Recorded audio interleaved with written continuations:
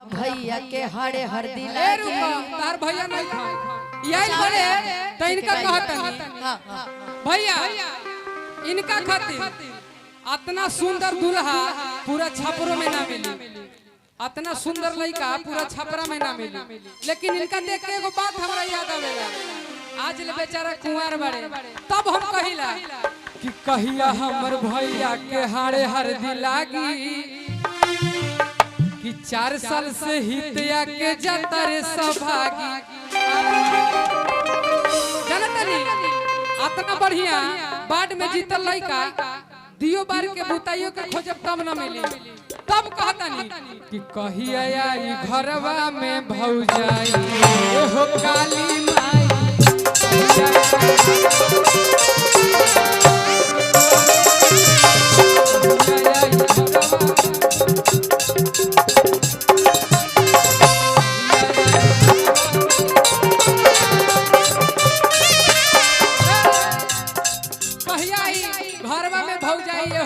माई कि भैया हमार सीधा साधा।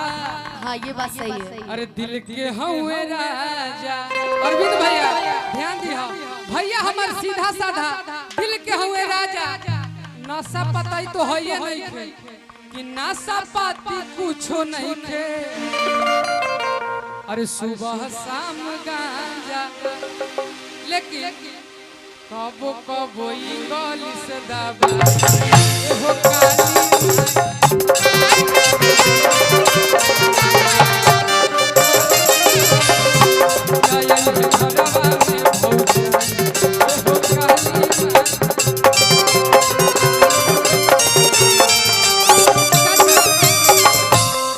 तो उनकर हो गई तहरा देखी ले तो हम एक बात कहल चाहतनी कहनी है कि कबो कबो मर लिहिला काहे इनकर प्यार में अतना नु छोड़ के चल जाली त हमरा दुख होला।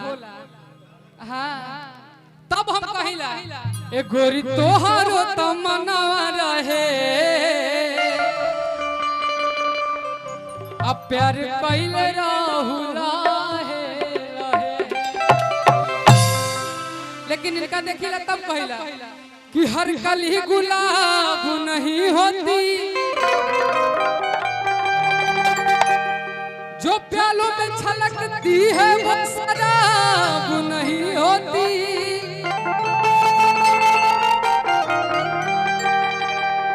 कि झूठी उम्मीद पे ताजमहल बनाने वाले